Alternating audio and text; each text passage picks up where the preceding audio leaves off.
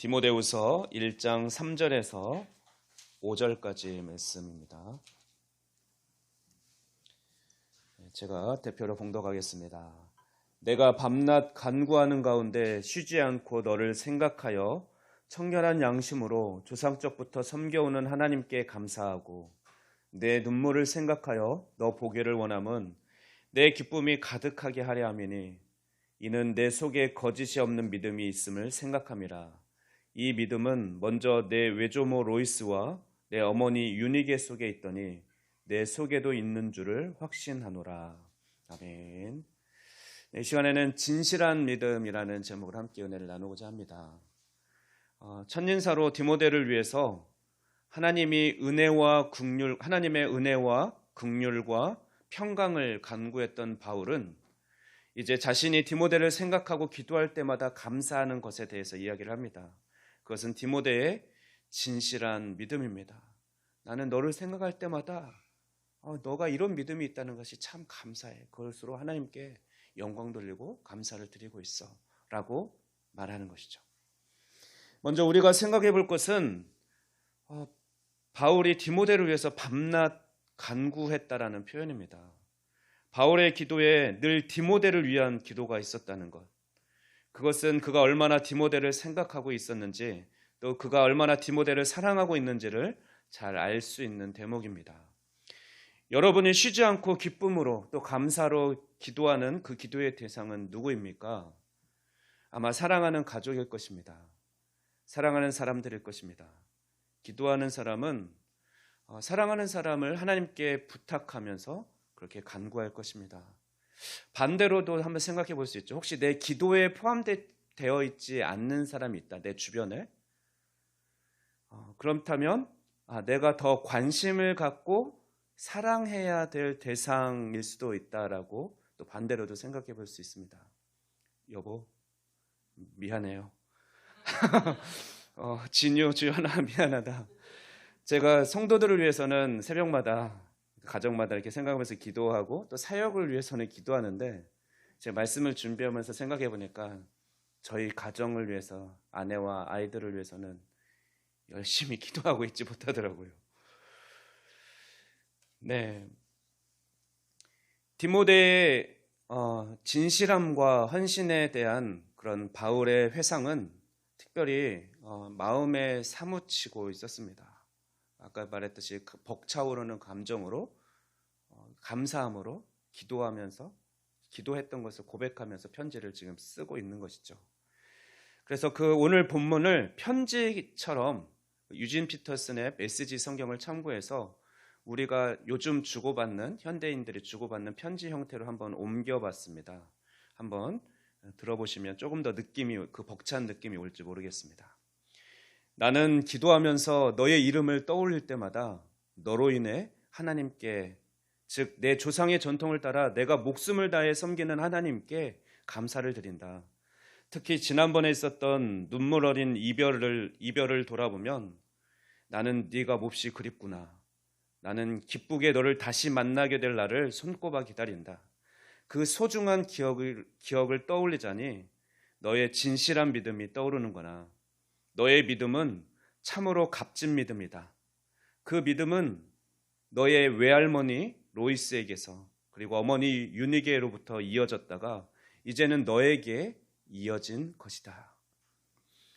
네, 바울은 자신의 그런 믿음의 유산과 자기도 청결한 믿음, 그 청결한 양심, 그것이 나는 조상으로부터 내려오는 믿음이야 라고 하면서 5절에서는 이제 디모데의 그 믿음의 유산이 어떻게 어머니 그 디모데에게서 흐른 것을 비교하고 있습니다. 그렇게 유산을 비교하면서 우리는 동일하게 조상으로부터 이렇게 부모로부터 물려받은 믿음이 있는 동일한 어떤 동질성을 이야기하고 있는 것이죠.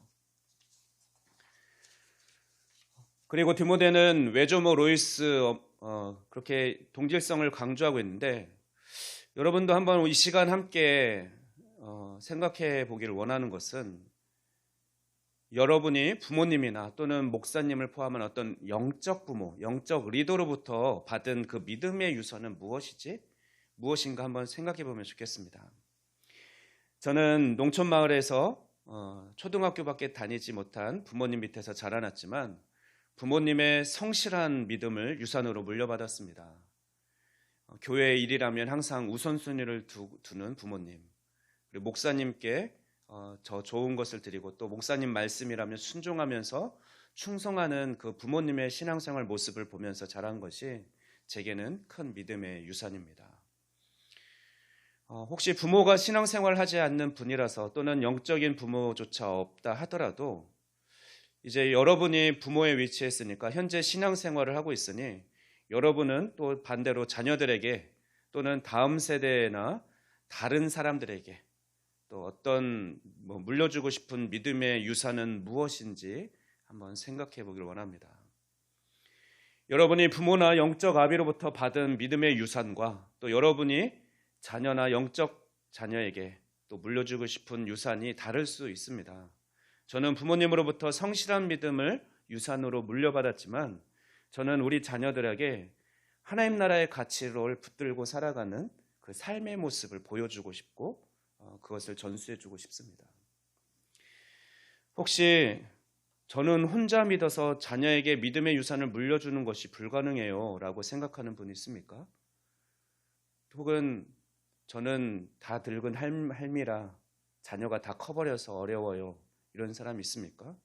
우리가 오늘 본문에서도 봤다시피 외할머니의 믿음을 계속 자녀에게 물려줬지만 또 영향력을 미치고 있는 것이죠. 또 디모데 역시 아빠가 어떤 사람인지 압니까? 이방인 헬라인이었습니다. 디모데의 아버지는. 그래서 그가 믿음이 얼마나 있었겠습니까?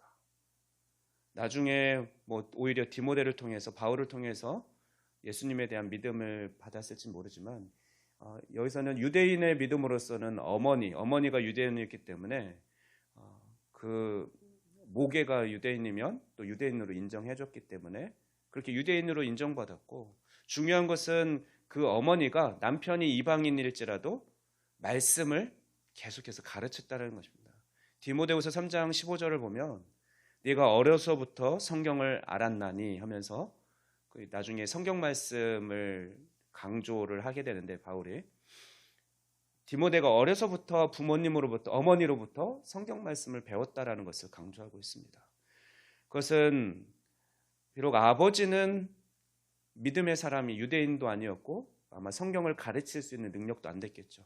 그렇지만 반쪽이라도 나 엄마인 나 혼자만이라도 내가 자녀들을 위해서 신앙교육을 잘 할 수 있다라는 것이죠. 말씀을 강조하고 또 심지어 내가 지금 할머니가 됐지만 우리 손주들 놀러 올 때마다 용돈만 주는 게 아니라 예쁘게 말씀 이렇게 써가지고 이렇게 아니면 그런 카드 있으면 이렇게 선물로 암송 카드도 주고 나중에 이거 암송 카드 하나씩 외우면 한 장 하나 외우는데 10,000원씩 할미가 용돈 줄게. 다음에 올 때는 이거 몇 장이나 외울 수 있을까 우리 강아지 하면서 암송도 좀 시키고 그렇게 하면서 신앙교육을 하실 수 있겠죠. 그래서 디모데는 그런 상황과 없이 그 가족 환경에 상관없이 할머니와 외할머니와 또 어머니의 믿음을 통해서 그렇게 물려받아서 디모데가 훌륭한 사역자로 성장할 수 있었습니다. 그래서 디모데는 에베소 교회를 잘 섬기는 큰 교회였거든요.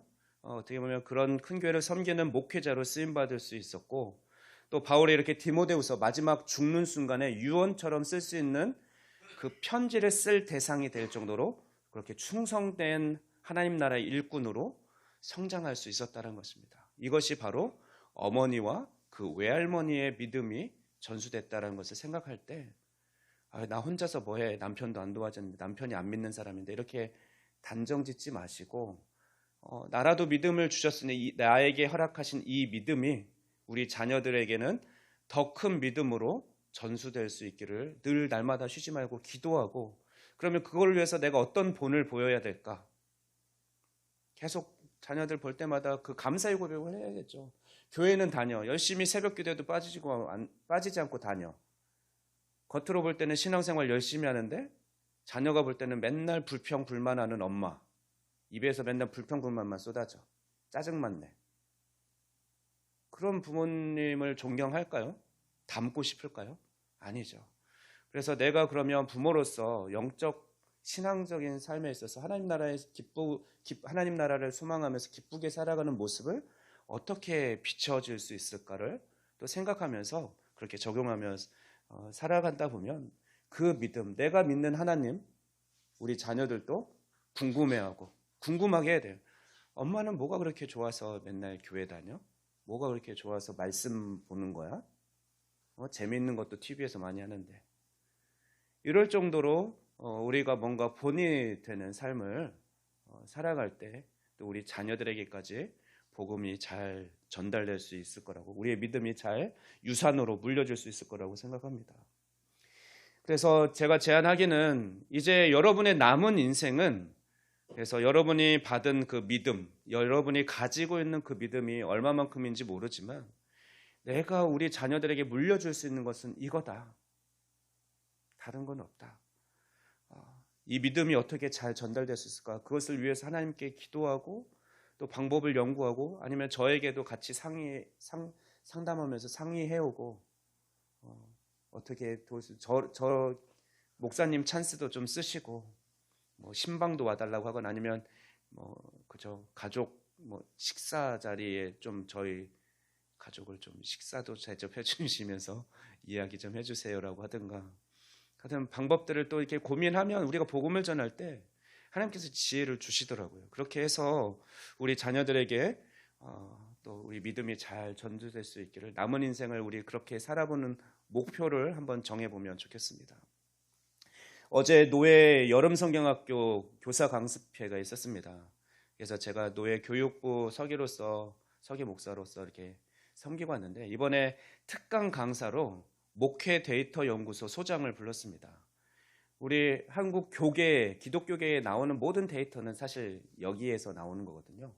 그래서 매주 데이터 보고 어떤 연구를 하고 설문을 하고 그 결과들을 이렇게 발표하고 매주 그런 사역을 하는데, 그 주제는 코로나 이후 다음 세대 교육 방향이 주제였습니다. 근데 거기서 하는 이야기들 중에 좀 인사이트를 좀 영향을 받는 그런 이야기들이 좀 있어서 좀 잠시 소개하고자 합니다. 한국 교회는 이제 가족 종교가 되고 있다고 합니다. 그 말은 부모가 믿어야 그 자녀들도 믿는다는 거예요.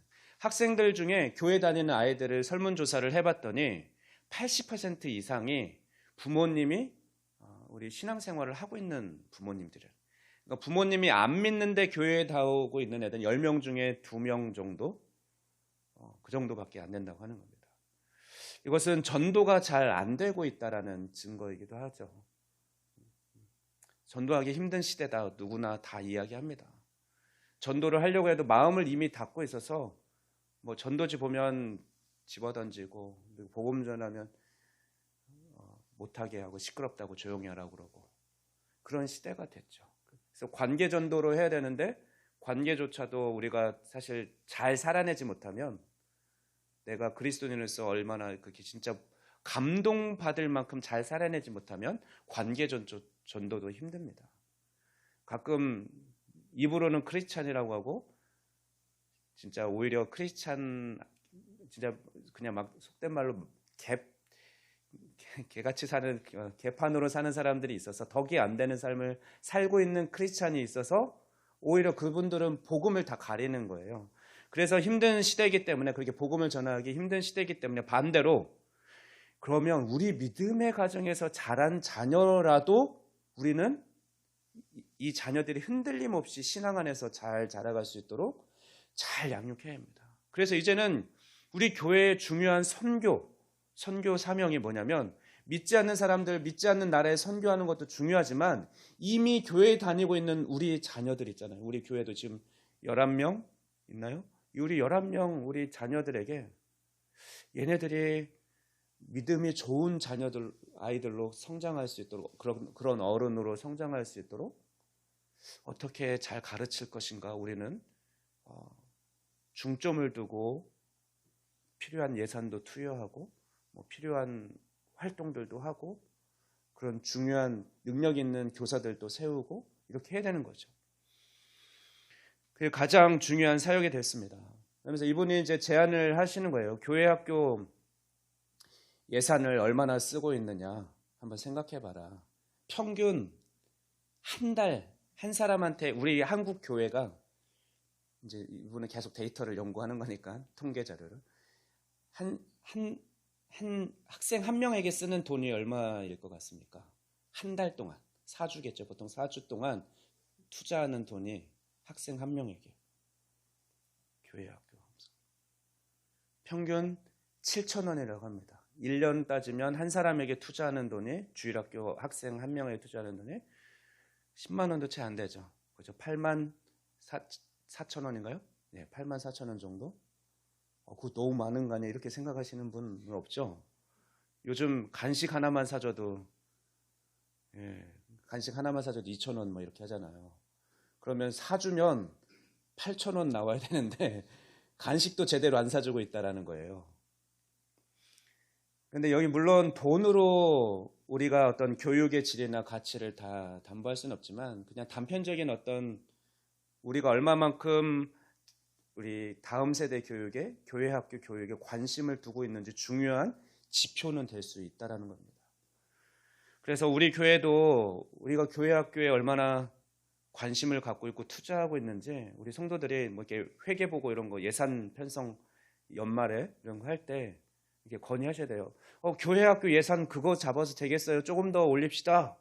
이렇게 막 권사님들 얘기해 주시고, 그래서 재정팀에서 이렇게 교회 학교 예산 더 편성하고 이렇게 할 수 있게 해야 된다는 것입니다. 그런 시대가 되었대요. 통계 자료 조사해 보면 그냥 믿지 않는 가정에서 오기는 너무 힘들고, 그나마 우리가 최소한으로 믿음의 가정에 있는 자녀들이 교회 오면 얘네들이랑 또 잘 가르치고 믿음이 잘 전수될 수 있도록 해야 된다는 것입니다.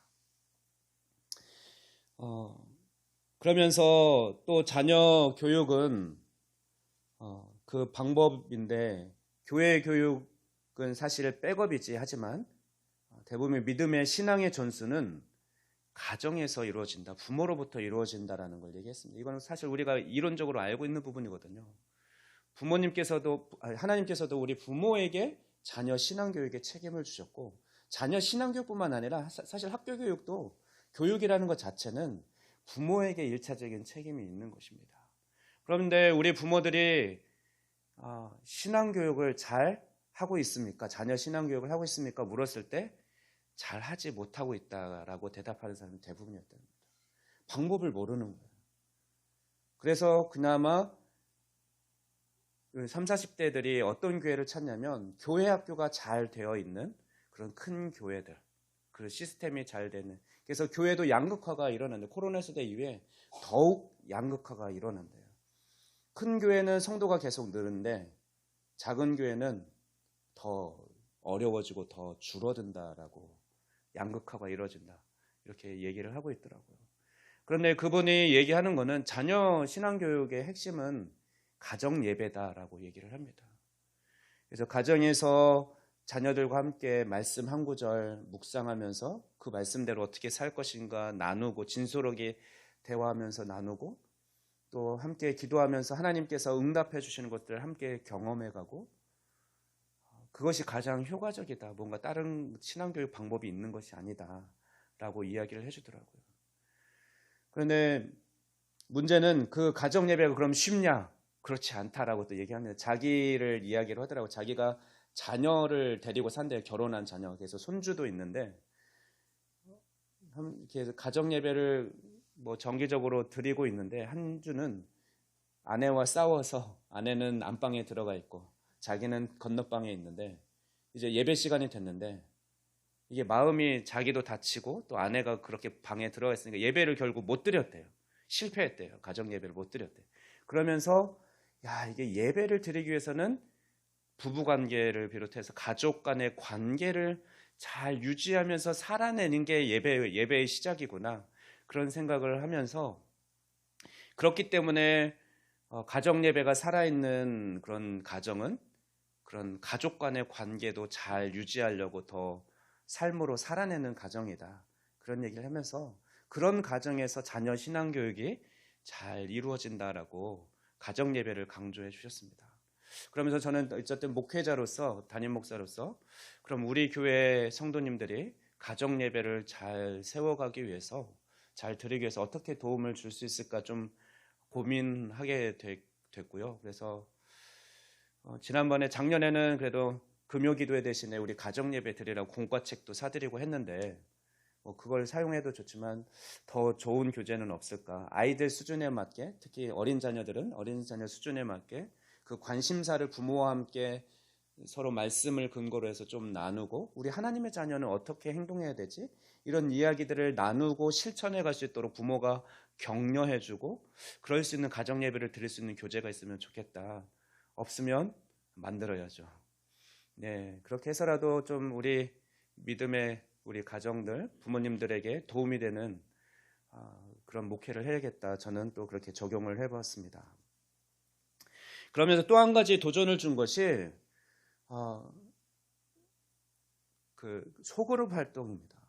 우리 선생님들이 먼저 소그룹 활동을 잘 했으면 좋겠다, 교사들이.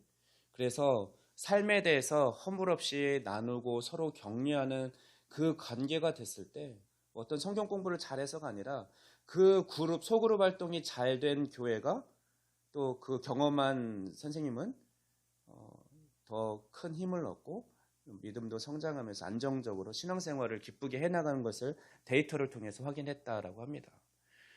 그래서 우리 교회 학교 선생님들 간에도 좀 친밀하게 밥도 좀 필요하면 회식비 지원할 테니까 맛있는 것도 좀 사 드시기도 하시고, 또 자녀 교육, 우리 대부분 우리 자녀들 교육하는 거니까 어떻게 신앙으로 잘 양육할지 같이 더 좋은 교재나 더 좋은 방법들도 많이 고민하고 나누고 그런 관계로 좀 성장하면 좋겠다라고 생각해 보았습니다.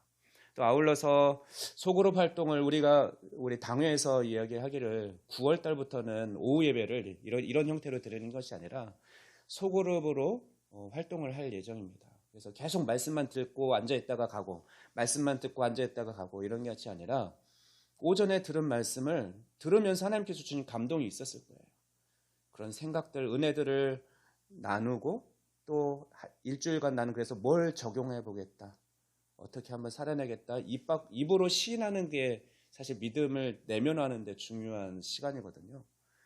그래서 예전에 잠깐 소그룹 활동했지만 좀 권사님들은 어색해하긴 하셨지만 자주 하다 보면 익숙해질 겁니다. 그래서 소그룹 활동 통해서 우리가 신앙생활을 서로 어떻게 하는지 돌아보고 교제하는 그런 측면을 좀 강화할 거고요. 필요하면 적절한 질문지나 그런 것들을 만들어서 제공할 수도 있고, 이 부분들은 좀 더 남은 기간 동안 고민해 보도록 하겠습니다. 그러면서 또 마지막으로 선생님들에게, 우리 교사들에게 전해준 말씀이 있어요. 그 데이터 중에 요즘 우리나라가 출산율도 가장 낮지만, 세계 1위지만 저출산율, 자살률도 항상 우리나라가 1위인 거 알죠? 그러면서 특히 청소년들 자살이 요즘 심각하다라고 이야기하면서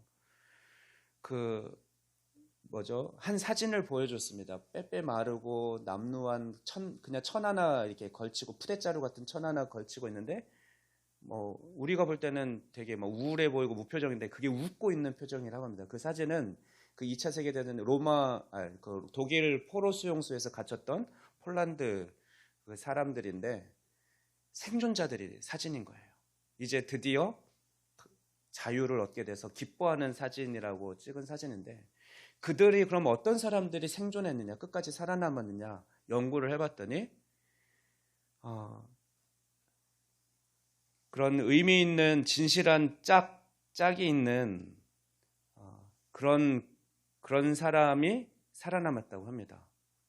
그러니까 이야기를 진솔하게 들어줄 수 있는 짝이 있어서 조금만 힘내자, 우리는 살 수 있을 거야, 살아나갈 수 있을 거야 라고 격려해주고, 이런 짝꿍이 있었던 사람은 살아남았고, 그렇지 않은 사람은 그냥 우울증에 자살하기도 했고, 그런 힘든 수용소 생활을 하면서 자살하기도 했고, 또 모진 구타와 거기서 맞으면서 죽기도 했고, 질병에 걸려서 죽기도 했지만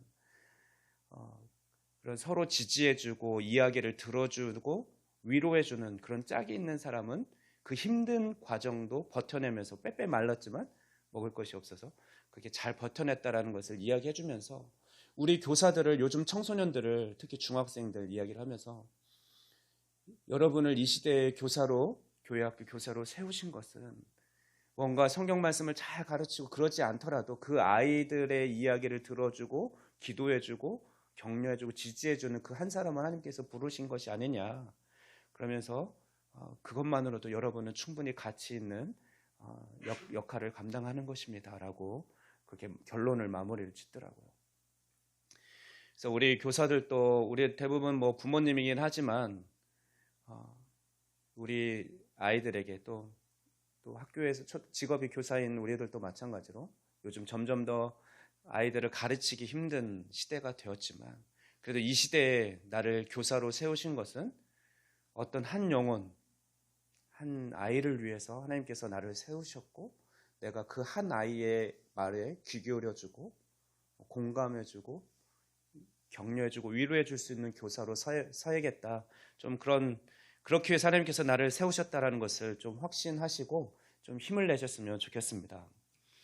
그러면 마지막으로 우리가 진실한 믿음, 디모데의 진실한 믿음을 바울이 이야기하고 있는데 진실한 믿음은 어떤 믿음입니까?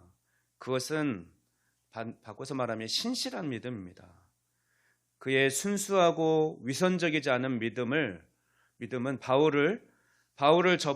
자신을 저버린 수많은 사람들을 그 신실하지 않은 믿음의 사람들과 아마 비교하면서 야, 디모데 너만 생각하면 그래도 나는 기뻐. 나를 떠나간 수많은 사람들, 나를 배신한, 내 앞에서는 막 잘 보이려고 했고 그러다가 내가 지금 감옥에 갇혀서 죽을 위기에 처했으니까 하나둘 떠나갔다는 소리가 들리는데 그들에게는 참 실망스럽고 그래서 속상하지만 그래도 디모데 너만큼은 내가 믿고 너의 믿음을 생각할 때, 그 진실된 믿음 생각할 때 난 너무 기뻐. 이러면서 지금 편지를 써내려가고 있는 것입니다. 오전에 나눴던 대로 1장 15절 보면 떠나간 사람, 대표적인 뭐 부겔로와 허모게네, 또 14장 10절에서는 자신의 사명을 버리고 떠난 데마와 그레스게, 디도 이런 이야기를 했죠. 그들과 비교할 때 디모데는 너무 진실된 신실한 믿음을 소유한 자였던 것입니다. 그런데 그 믿음이 외할머니와 어머니로부터 전해져 내려온 것으로 바울은 확신하고 있는 것이죠. 이렇게 많은 제자들이 바울 앞에서는 믿음이 있는 것처럼 바울에게 인정받으려 했지만 바울이 위기에 처하자 그들은 바울을 배신하고 떠났습니다. 그러나 이런 실망스러운 상황에도 바울이 믿을 수 있는 제자는 디모데였습니다. 그래서 그는 디모데의 믿음을 거짓이 없는 믿음, 진실한 믿음으로 그렇게 소개하고 있는 것입니다. 어떻습니까? 여러분의 믿음은 신실한 믿음입니까? 어떤 어려운 상황이 와도 끝까지 함께하며 하나님만을 신뢰하는 믿음을 가지고 있습니까? 바울이 디모데의 거짓 없는 신실한 믿음을 확신했던 것처럼, 내가 확신한다 이렇게 그런 표현을 있죠, 오늘 본문에도. 그런 것처럼 우리의 믿음이 하나님 앞에 신실한 믿음, 거짓이 없는 믿음으로 확증될 수 있기를 원합니다. 이제 말씀을 정리합니다. 디모데는 외할머니와 어머니의 신실한 믿음을 물려받았습니다. 그래서 바울이 최후의 순간까지 신뢰할 수 있는 그런 충성스러운 제자요, 또 큰 교회 에베소 교회를 믿고 맡길 수 있는 하나님 나라의 그런 중요한 일꾼으로 성장할 수 있었습니다. 자녀 신앙교육은 부모로부터 시작되고 형성된다고 합니다. 그러므로 우리가 하나님 앞에, 또한 우리 교회 공동체와 우리 가정 공동체 안에서 우리가 신실한 모습으로 비춰지고 또한 순수하고 진실한 믿음을 먼저 우리가 그렇게 갖게 되기를 소망합니다. 그래서 우리의 이 믿음이, 우리의 순수한 믿음이, 진실된 믿음이 우리 자녀들에게 또 다음 세대에 잘 전수될 수 있도록 우리 함께 기도하고 힘쓰는 교회가 되기를, 그런 소망이 있는 교회로 든든히 세워져 가기를 소망합니다. 기도하겠습니다. 신실하신 하나님 감사합니다. 우리를 하나님의 자녀로 삼아주시고 우리가 하나님 아버지를 닮아 또한 신실하고 온전한 삶을 살아가길 원하시는 주님, 우리가 순수하고 진실된 믿음을 소유한 자로 성장해 가게 하시고, 또한 이 진실한 믿음, 신실한 믿음이 우리 자녀들에게도 잘 가르쳐지고 물려줄 수 있도록 우리 믿음의 가정들을 잘 세워 주시옵소서. 또한 우리 교회가 이를 잘 지원하고 돕는 역할을 잘 감당하는 공동체가 되게 하여 주시옵소서. 감사드리며 이 모든 말씀 우리 주 예수 그리스도의 이름으로 기도하옵나이다. 아멘.